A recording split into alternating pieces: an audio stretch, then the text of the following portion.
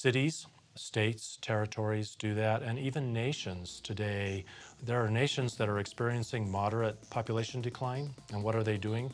They're actually providing financial incentives to encourage families to have more children, to have children sooner. Australia's treasurer in 2004 promoted the slogan, "One for Mum, one for Dad, and one for the country."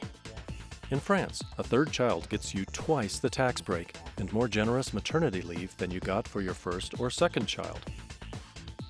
Japan pays couples with children 13,000 yen every month. Russians get a $9,200 bonus for each additional child after the first, and they even get a day off to procreate.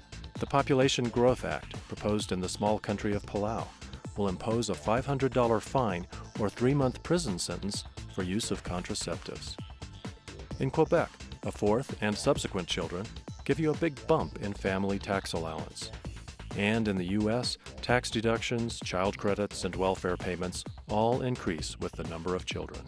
The world is trying to outnumber us with their larger numbers. America needs to get back in the game of catastrophic overpopulation. Whoa, whoa, whoa. Calling, calling, calling, calling, calling, calling.